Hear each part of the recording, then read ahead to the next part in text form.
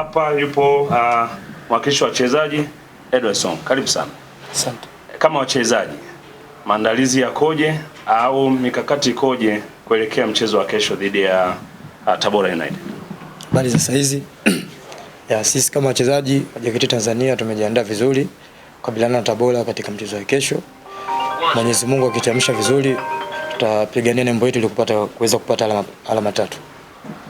Sisi tumejiandaa vizuri kwa sababu tunajua uzoefu wa Tabora kwa simu gani. Walimu katika kiwanja cha mazoezi hiyo wamefanya plani zote ili kuwakabili Tabora.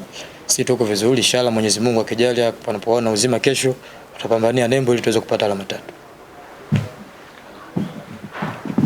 Sio kwamba nguvu inapungua, ni game plan ya mwalimu ambayo mechi tunakutana nayo.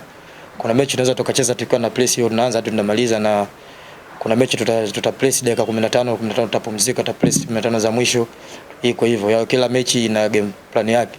Hata kesho kuna game plan yake ambayo mwalimu kaipanga katika kiwanja cha mazoezi. Inshallah Mwenyezi Mungu atajali, tutaweza kupata matokeo.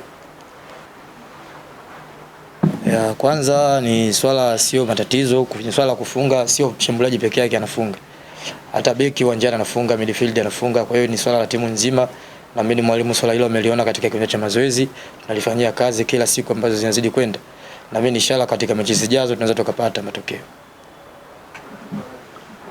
Okay, asante sana.